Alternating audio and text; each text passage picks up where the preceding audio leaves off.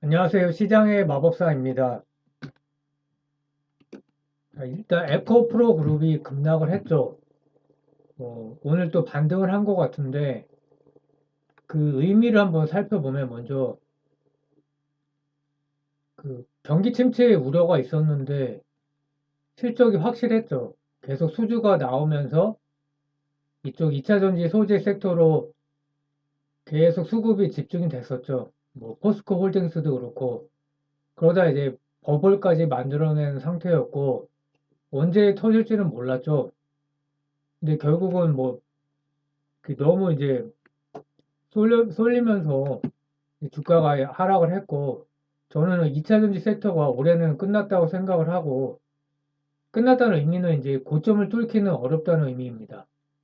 굉장히 고밸류까지 갔기 때문에, 내년에 근데 다시 또 올라갈 수도 있어요. 실적과 수주에 따라서. 24년이면 또 26년, 7년까지 보기 때문에 실적과 수주가 계속 좋다면, 근데 올해는 좀 어렵고, 이게 그 성장 섹터가 계속 도는 거죠. 2차전지 국방 엔터. 오늘은 또 JYP 엔터가 20%나 폭등을 했는데,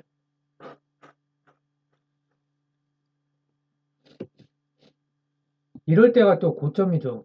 그러니까 똑같은 게 이제 종목만 다르고 반복이 되고 있다고 봐야 되고, JYP 같은 이제 시총이 뭐 3조가 넘는데, 이런 회사가 하루에 20% 오른다는 거는 똑같아요. 이렇게 수급이 몰리는 거는.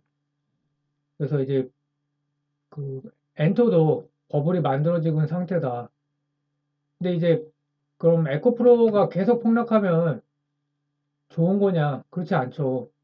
어느 정도는 유지가 돼야 되거든요. 그래서 어쨌든 얘가 무너진 거는 수급이 쏠림이 해소되면서 긍정적이다. 어느 정도 지지가 돼야겠죠. 그래서 향후에 여러 섹터로 실적이 좋으면 주가가 이제 각계전출하겠죠. 특별히 이제 6월 달에는 연준이 금리 인상할 가능성이 굉장히 높은데요. 금리가 동결은 이제 거의 확정이고 하반기에 만약에 인하를 하게 된다면 채권 시장에서는 한 두 번 정도 인하를 보고 있는데 시장 흐름이 또 변화할 가능성이 큽니다. 뭐 예를 들면 건설 쪽이 이제 그 안 좋은 건 맞지만 항상 버블이라는 게 뭡니까? 그 적정 가치보다 더 올라가고 또 안 좋은 섹터는 적정 가치보다 더 떨어질 수밖에 없어요. 사람이 하기 때문에.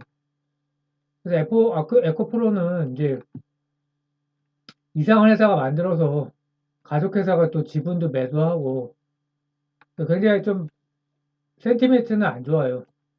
이 주식은 이제 올해는 끝났다. 에코프로 쪽은. 그 최고점 대비해서 최근 저점을 보면 에코프로 BM이 한 32.6%까지 떨어졌고 에코프로는 39%까지 떨어졌습니다.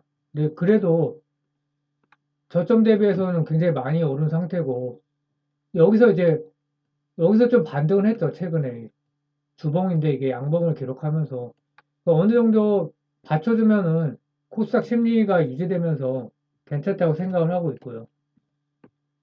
그래서 이제 실전 포트폴리오를 다시 점검하는 시간인데 환율이 저번에 1,300원이 무너졌다가 계속 유지되고 있죠. 이게 좋은 신호는 사실 아닌데 이게 1,400원 밑으로 강하게 하향 돌파해야지 반도체가 이제 쭉 가는데 뭐 유가 나쁘지 않고요. 그래서 뭐 똑같은데 이제 극도의 저평가 종목 뭐 이렇게 있고요. 하츠, TKG, 애강, 신세계 INC 금리를 인하하게 되면 미국도 그렇지만 한국이 금리를 같이 인하하겠죠. 더 빨리 할 수도 있고요. 뭐 빨리 하기는 어렵겠죠. 또 한미 금리 차가 있기 때문에 어쨌든 금리를 인하한다는 시그널만 있어도 급등할 수 있다. 원체 이제 센티멘트가 안 좋기 때문에요. 권자재가. 실적 저평가주 백산이 있고 최근에 실적이 나왔는데 작년 기준으로는 PER이 4인데 이거보다 올라갈 것 같아요. 소형 테마주 동양파일과 갤럭시 SM 둘 다 좀 부진하죠. 실적은 이제 동양파일은 좋게 나왔는데 그리고 미국 주식은 테슬라 그 하나를 이제 추가를 했는데 CJ 자회사 올리브영 상장 모멘텀으로 추천 포트폴리오에 추가를 했고요. 제외한 게 코덱스 코스닥 150 레버리지입니다. 그때 제가 에코프로가 고점이라고 4월 12일에 유튜브를 올렸는데 그때쯤에 이제 팔았어요. 저 코덱스 코스닥 150 레버리지를. 거품이 언제까지 갈지 모르지만 상승 기운이 강할 때 매도를 하는 거죠. 쏠림이 엄청났기 때문에 광풍이었죠. 막 닷컴 버블 뭐 그런 것처럼 교주가 출현하고 개미 흥분을 하고 어떤 이렇게 뭐 강력한 강세장이라든지 특정 섹터가 강할 때 교주가 항상 출현하죠. 스타가 나오고. 그래서 2015년, 16년에 바이오 열풍과 비슷하다고 저는 개인적으로 느꼈고, 가장 최근으로 비교하면요. 그래서 애널리스트가 매도 의견을 내면 항의를 했다. 이런 게 다 전형적인 고점 징후라고 판단이 되고요. 그 다음에 제외한 게 아이센스예요. 그 연속 혈당기 사업 CGM 참 좋은데 뭐가 문제냐면 올해는 비용이 줄면서 실적이 좋아질 거라고 애널리스트 리포트가 다 나왔었는데 1Q까지 4Q 1Q 연속 원형 쇼크였거든요. 작년에도 1분기부터 비용이 반영되면서 안 좋았었는데 이거는 시장 신뢰를 상실했다고 저는 판단이 되고요. 올해도 비용이 있을 수가 있어요. 내년은 또 미국 현지 임상 비용, 계속 비용이죠. 23년 회사에서 실적 가이던스가 이렇게 나와 있는데 PER로 보면 대략 26 정도 되고요. 어떻게 보면 많이 높지 않다고 볼 수도 있는데 왜냐면 영업이익하고 순이익 괴리가 좀 있죠. 또 어쨌든 좋지는 않다고 보이고 그 장기를 보면 또 좋아 보이기도 하는데 그리고 대표이사가 2027년에 미국 시장에 진출한다고 그랬습니다. CGM 사업이요. 내년에 미국 현지 임상을 하고 그러면 지금 23년인데 너무 멀죠. 기술력도 있고 실적도 그럭저럭 나오는데 오래 기다려야 되면 개인이 이거를 27년까지 기다린다? 이게 27년보다 늦을 수도 있거든요. 또 하나가 IR이 전화를 해보면 담당자가 없거나 굉장히 좀 준비가 안 된 거가 많이 느껴져요. 그리고 기간만 정보 제공하는 거 아닐까 이렇게 합리적인 의심이죠. 제가 경험상으로. 템플턴 같은 경우에 6% 정도 갖고 있나요? 템플턴은 IR 미팅을 할 거잖아요. 정보가 없다 이겁니다. 얻기가 굉장히 힘들어요. 그리고 내부 정보 사전 유출 그런 의혹이 또 있을 수도 있고요. 왜 그러냐면 이게 이제 2월 초 얘기인데 주가가 계속 빠졌습니다. 물론 실적이 안 좋아서 빠질 수 있어요. 근데 과도하게 빠졌다가 다시 또 급반등을 했어요. 근데 경험이 많은 사람은 저처럼 아 이거 좀 이상하다. 그래서 빠진 다음에 2월 28일에 품목 허가 신청서 제출했다는 뉴스가 갑자기 딱 나오고 그 다음에 또 무상증자를 발표하고 그러니까 그 전에 벌써 올랐죠. 뺐다가 올려. 그러니까 물량을 털렸다고 하죠 보통. 그리고 3월 2일에 카카오 헬스케어와 프로젝트 감마라는 사업, 카카오의 프로젝트 감마라는 사업을 하는데 이제 그 사업자가 되는 거죠. 여기 카카오가 그 CGM 기기를 직접 만들지는 않으니까 CGM을 연동해서 혈당 기록과 뭐 이런 거를 카톡으로 본다는 거죠. 근데 이게 대형 호재여 갖고 3월 2일에 발표를 했는데 약간 밀렸다가 완전 대폭등을 했죠. 그럼 차트가 이렇게 되면 이게 무슨 개별주도 아니고 상당히 건실한 기업인데 그러면 몰랐을까? 뭐 알 수는 없죠. 물론 확장 이렇게 제가 확정적으로 얘기할 수 없지만 투자를 많이 한 경험으로 볼 때는 좀 짜증난다.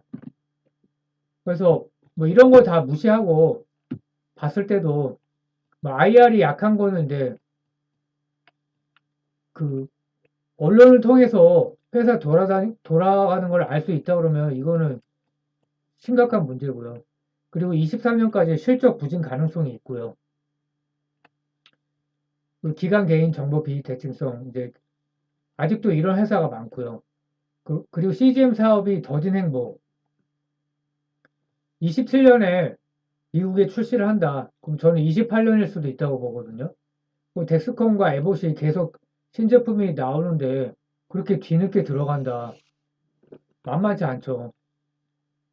그리고 CGM 4분기에 이제 국내 출시가 목표인데 이게 그나마 호재인데 CGM 때문에 주가가 어느 정도 유지는 되고 있는 것 같아요. 왜냐하면 거짓말을 아니니까 기술력 자체는 인정을 하니까요. 그래서 일단은 제외를 했고 나중에 이제 다시 들어가더라도 정신 건강에 좋지 않기 때문에 그 TSMC는 버크셔가 이제 거의 다 매도했는데 최근 기사를 보니까 이제 완전히 다 매도를 했고요. 예상대로 지정학적 리스크 때문에 이제 주주총회에서 버크셔 그 워런 버핏 회장이 직접 밝혔죠. 그래서 전쟁이 나냐 안 나냐가 중요한 게 아니라 계속 전쟁 가능성이 있으면 저평가 요인이 될 수 있다는 겁니다.